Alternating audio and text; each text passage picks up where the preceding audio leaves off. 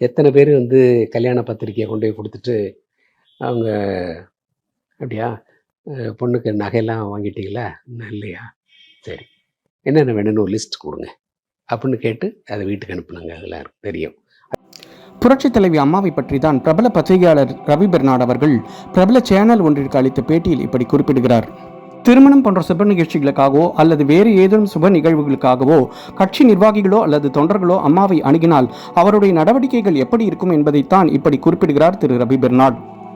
ஒருத்தர் வந்து 75வது பிறந்த நாள் கொண்டாடுறேன்னு சொல்லி ஒருத்தர் போய் சொன்னார். கட்சிக்காரர் தான். அவருக்கு என்ன செஞ்சாங்க? இந்த மாதிரி நிறைய நல்லா சொல்ல முடியும். மேலும் அண்ணல் அம்பேத்கர் அவர்களை மேற்கோள் காட்டி அம்மாவின் நடவடிக்கைகளோடு அதனை ஒப்பிட்டு கூறுகிறார் திரு ரவி பெர்னாட். அதுல என்ன சிறப்பு தெரியுமா? அம்பேத்கர் சொல்வாரு, இந்தியாவில் எது நடந்தாலும், எந்த ஒரு நிகழ்வு நடந்தாலும் அது அது நடக்கின்ற விதத்திலையும் அந்த நிகழ்வு ஏற்படுவதற்கு காரணமான நிகழ்வுலையும் ஒரு சாதிய பின்னணி இருக்கும். நம்மால் நம்ம இது அப்படின்னு நான் தவறுன்னு சொல்லலை. அது இந்தியாவில் அது ஒரு அமைப்பு, இந்த சிஸ்டம் அப்படி இருக்குங்கிறது வாழ்ந்தவங்களுக்கு தெரியும். அதாவது முன்பின் தெரியாதவங்களுக்கு செய்கிறத சொல்கிறேன்.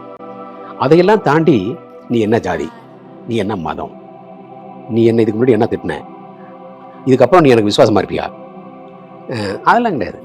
இப்படி எந்த கேள்வியும் கேட்காமல் எந்த உள்நோக்கமும் இல்லாமல் தேடி வந்தவர்களுக்கு ஜாதி மதம் பார்க்காமல் அள்ளி தந்தவர் புரட்சி தலைவி அம்மா. மக்கள் தங்கள் இதய தெய்வங்களாக போற்றி மகிழும் இந்த இருபெரும் தலைவர்களை இந்த அரசியல்வாதிகள் ஜாதி மத விஷயங்களோடு தொடர்பு படுத்தி பேசுவதை தவிர்த்து கொள்ள வேண்டும் என்பதே பொதுமக்கள் மற்றும் கட்சி தொண்டர்களின் கருத்து.